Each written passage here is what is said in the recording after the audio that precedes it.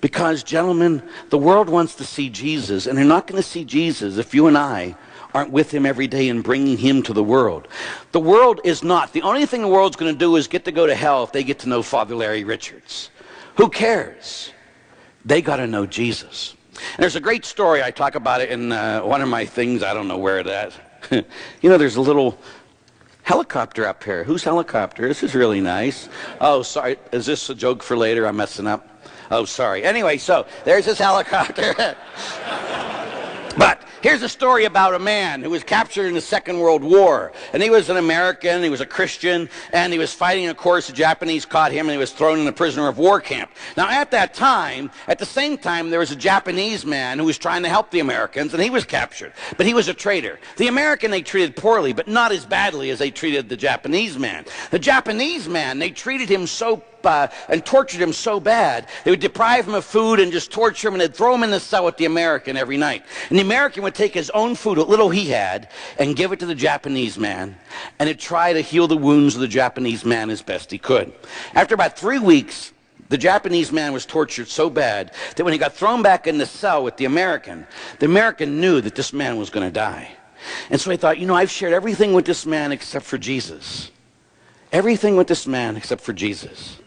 And he knelt down next to him and he says, you know, you're probably going to die tonight. But you don't have to be afraid. If you just surrender your life to Jesus Christ, you will live forever. You know what the Japanese man said to the American? He said, if this Jesus is anything like you, I can't wait to meet him. Could people say that about us? Gentlemen, could your wives look at you and say, oh, honey, if Jesus Christ is anything like you, I can't wait to meet him. Could your kids say that about you, those of you who are fathers? Oh, Dad, if Jesus is anything like you, I can't wait to meet him. Boys, could your friends at school say that to you? Oh, Joe, if Jesus Christ was anything like you, I can't wait to meet him. Is that who we are? And the reason we're not, and again, let's talk a moment about Jesus.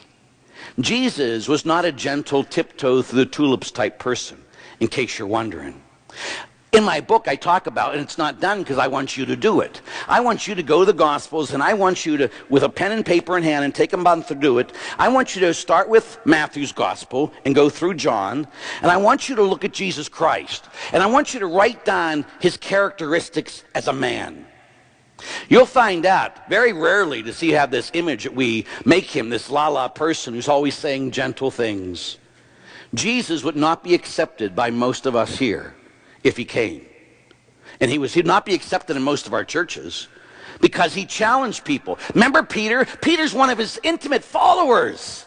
And then he sits there, and when Peter's trying to help him out, and he says, oh, remember Jesus talks about he has to go to the cross? I'm going to have to suffer and go to the cross. And Peter, who's trying to be a good guy, comes up to him and says, Jesus, come here. Don't say that, Jesus. And what does Jesus say to him in front of everybody? He's not even politically correct, saying, oh, Peter, my soon-to-be pope, here, I need to talk to you about this privately. Come here. You shouldn't say that about me. That's not a good thing. What does Peter do? What does Jesus do?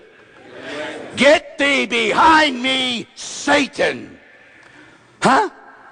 The leader of the pack? He just called out in front of everybody, and he didn't do it in a gentle way. He didn't say tiptoe through the tulips. Oh, Peter, I love you so. You are so misguided in what you say. He said, get behind me, Satan. You're looking at the world not as God sees it, but as the world sees it. That's Jesus. That's the God we follow.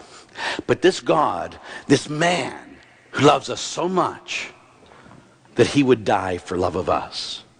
Only a man will die for love of others. Only a man will give up your life for everything. Again, when I wrote the book, I was sitting there thinking, what do most boys, how do they become men, most boys today? If they want to be a man, what do most, if they want to be not a man in the world's eyes, but a true man, what will they do? They'll join the service. They'll become a Marine, Army, Navy, whatever, Air Force. They'll join one of these things. And when you join the service, the first couple of weeks is when they treat you the most gentle, is it not? Guys, we are so glad you came to be part of us. Is there anything we can do to make your lives better? I'm going to sit there and make your life better. No, no, no. They put you through torture to make you a man. They deprive you of things. They make you work hard. That's just so be a man on this world, of this earth. And again, so much more must it be for a man who's going to live forever. And every man who comes out of the other side of boot camp, hopefully is willing to lay down their life for their country. The question of us is, are you willing to lay down your life for him who laid down his life for you?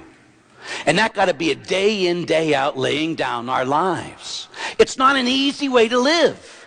So when everybody tells you, nowhere did Jesus say, if you come follow me, I'm going to make your life happy. Nowhere does it say. As a matter of fact, John's gospel, it says, in the world you will have trouble, but have confidence because I have overcome the world. When Our Lady at Fatima says, I can never promise you happiness on earth. Listen, gentlemen, if the Mother of God can't promise you happiness on earth, neither can anybody else. The question is, will you lay down your life for Jesus every day by making sure you give him quality time in prayer? 5 minutes. Think about it, gentlemen. 5 minutes. If you can't give 5, some of you, especially those of you who are older, spend more time on the toilet every day, don't you? You know you do. It takes more time to come out as you get older, as I've heard. I'm not that old yet. But the reality is that, so you might spend 5 and you read the paper and you sit there and you spend 10 minutes on the toilet every day. What are you going to do when you come before God on Judgment Day and he'll say, how come you spent more time on the toilet than you did talking to me? And you're going to say, what? When you got to go, Jesus, huh? So the first thing I'm asking you to do when it comes to surrender is, are you willing to lay down your life for Christ? And if it's like, yes, Father, of course I will, yeah! Well, then you start with your time.